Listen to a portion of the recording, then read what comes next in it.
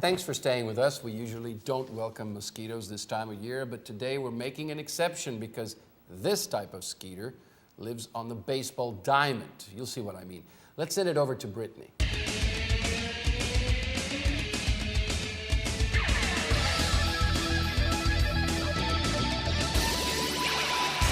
Thanks, Bogdan. Yeah, no need to break out the bug spray for this one because the type of mosquitoes that I'm talking about aren't pesky and they don't bite. At least I don't think so. I'm talking about the Sugarland Skeeters. Now in their second season, the Skeeters have a winning record, 34-16 to be exact, and currently are tied for first place in their division. They're also a part of the Atlantic League, which is the highest level of professional baseball other than the majors. So joining me to talk about the team and its success is the voice of the Sugarland Skeeters, Ira Liebman. Ira, thank you for being here. Thanks for having me. Absolutely. So before we get to talking about the organization, I want to find out more about you and how does one become the voice of the team? How did you get started? Well, that's a long story. I hope you have more than a half an hour for this show. I guess you have to give me the made-for-TV version. Well, it's really strange. I didn't go to school for communications or anything like that. I was a business major. Not that anybody doesn't switch in college, but I was working in a place called The Wiz in New York. It's an electronics place. If you're a big Seinfeld fan, you'll know what I'm talking about. But it's just like a Best Buy, and the place it was actually originated here in Texas and in the Houston area. And they had big stores all over the country. And then the place started to have trouble, and I went to work inside the same building. I went to work for a company called Bose. They make those little cube speakers and the wave radio. And we had to do these demonstration shows, and for years I'd I'd always been a big sports fan. I played sports, and I thought, maybe writing, but I was a pretty creative writer, still am. I do stuff in our program and features and things like that, but I didn't think I had a voice for a million years. I'd played the drums for years because I knew I couldn't sing. People were like, dude, stop singing. No Kind of like me. No one wants to hear me sing either for some reason. Well, now's your chance on TV. But so I started doing these announcements, and the guys that used to work for me in the audio department started asking me, who's doing the announcements back there? I was like, well, me and Sue Eller are the only two people that work in the Bose room, so take a guess. And they're like, oh, that's not you. I was like, yeah, it's me. And Bose was a really unique company in the fact that they took people from all walks of life. They liked me because I had the electronics background, but the woman I worked with, she had a lot of singing and acting in her background because it was a demonstration show that went along with this. And it really sold all the products. So she said, yeah, I have you do the announcements because you have a good voice. And I was like, I might be onto something here. So the place wound up going completely under, and I still didn't kind of have the nerve to pursue it. I had this list, probably like every college student, you have a list of about 10 things you want to pursue, and I'd kind of narrowed it to one at this point, and broadcasting was the only thing left. And I was a little worried just because if you cross that off your list, then whatever you do for the rest of your life, you're really not going to like. Well, but fast forward to your time with the San Angelo Colts, you were the voice there, and now you are the official voice of the Skeeters.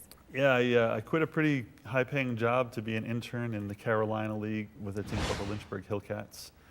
Going from like $45,000 a year to $500 a month as an intern. Wow. And they were the Pirates A-ball affiliate.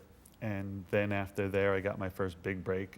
Was the voice of the Visalia Oaks. If you ever watched the movie Bull Durham or the movie Moneyball, Visalia is a town that's mentioned in both of those movies. So I was the voice of that team for a year. Then the GM who hired me left and a new staff came in, and the GM wanted his own guy. So I went on to San Angelo at that point because they didn't tell me till almost March. So a guy named Doc Edwards, luckily, was the manager of this team. Doc has 58 years in baseball now. He was 55 when I first got there, but he knows everything. I always say, outside of pitching to Babe Ruth, I mean, he managed the longest game in professional baseball history, caught Satchel Paige in an old-timers game. He was the manager of the Cleveland Indians. He played with the Yankees with Mickey Mantle and Whitey Ford. So he was a great guy to know. He knew everybody. And after being there a year, I kind of made these phone calls every year, probably 300 or 400 calls to see the availability of things. And Doc made a call for me, and I got a job at AAA, not as a broadcaster, but about 6 weeks into the job, the on-field host, who was also the vice president of marketing, got into a pretty tragic accident. And they pointed to me. They're like, hey, you done broadcasting, you're on-field host. I was like, this was like 5 o'clock, 2 hours before the game started, this accident happened. So I was like, all right, whatever needs to be done. So you got thrown into it, basically. Yeah. Well, let's talk about some of the success of the players, such as, for example, Michael Nix, starting pitcher with the Skeeters. He just signed a contract recently with the Chicago White Sox AAA Charlotte Club. Yeah, so how large of a role do signings like these play in increasing the visibility for the Skeeters and the Atlantic League? Well, that's one great thing about the Atlantic League. It's 16 years old now, and probably over the course of those 16 years, we've gotten about 600 players back to affiliated baseball, which is really where you want to go to get back to the majors. In Michael Nix's case, it's great. I mean, Nix is probably the best story of the year. Last year he was 4-11 with us, and he was kind of moved around in a lot of roles. It wasn't fair to him at times. He was a starter, and then he was in the bullpen. He even closed out a game. And this year they started let's leave him in the starting role and see how he does. And he started the season 5-0. He had a microscopic earned run average, and he got picked up by the White Sox. And to go straight to AAA, usually they put you in your system at A ball or AA to kind of see if you can kind of make it quickly. To go straight to AAA, the level right before the majors, it's a good opportunity for him. So we're really happy for him. And he's the 4th guy that's been picked up this year. Right, and the 14th overall, I think, as well. Yeah, since the Skeeter started last year, we kind of got pillaged last year at the beginning of the season around this time.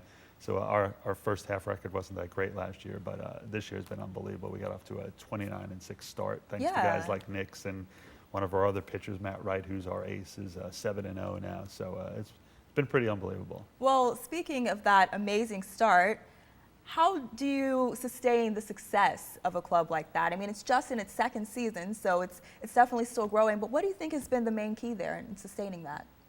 Well, it's kind of difficult with any minor league team, and even when you're an affiliated team, the one advantage we have is that if nobody signs our players, we can keep that team intact all year. Whereas when you're part of an organization, like if you're part of the Astros, then if they want a guy, they're just plucking him from you. They're moving him up to AAA or the majors, and there's nothing you can do about it. The way the affiliated teams work compared to us is that they don't pay for the players. The Astros pay for every player in their entire minor league system, and the tier's an owner of each individual team. But that's what's great about that for the owners. They don't pay $1 in salary, and most of the equipment is paid for. So it's their players, and they can do what they want whenever they want. I mean, they replace a player. If they take a player, they replace it. But obviously, it's usually not as good of a player or a player on his way up, not somebody as established with us, which is called independent baseball. We can sign them from everywhere. That's why our season starts a little bit later. We pick up a lot of the guys that are cut out of spring training, things like that. Well, I've got to get this question in, and it's a hypothetical one, but important one nonetheless. I've heard them all. Let's say in a 3-game series, who would win? Houston Astros versus Sugarland Skeeters. Never mind the fact that they're not in the same league. Outside of that, if they were competing against each other, who would take it? Well, a lot of the players this year have spoken about taking on other teams that were affiliated AA, AAA teams. We think we can fare well, but you got to remember, the fans look at the Astros and go, oh, they're just not playing well. It's a bad year, but they're still all major leaguers. Every guy has earned his way to the majors. We have a lot of guys on our team. Half of our guys are former big leaguers, but that's only half. And those guys aren't in the big leagues anymore. When you look at guys on the Astros or any other major league team, you think, well, they're not that good, or they're not this or they're that. But they're better than most players in the world still. So to put a minor league team against a major league team, you're still going to have to give the edge to the major league team. Well, Ira, I think you were right. I think we would need a lot more time than a half-hour show to get through all of our questions and learn more about the Skeeters, but hopefully you will come back. So thank you so much for being here. Well, thanks for having us. We have to have a Houston Community College night at the ballpark, I think. I like the sound of that, and I think everyone here does too. Well, the stars are definitely shining bright over at Constellation Field. You can find out more about the Skeeters by heading to their website, sugarlandskeeters.com. There you'll find ticket information and the schedule if you want to catch a few games. You can also follow them on Twitter. Back to you, gentlemen.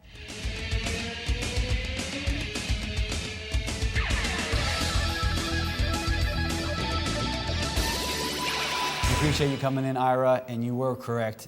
We could probably have done a 30-minute interview with you. We always appreciate that, and I will be seeing you out at the Skeeters game on Saturday evening. Now we're up against another break. On the other side, an update on the NBA playoffs, plus the U.S. men's national team make the Reggae Boys dance to their own tune. We'll be right back.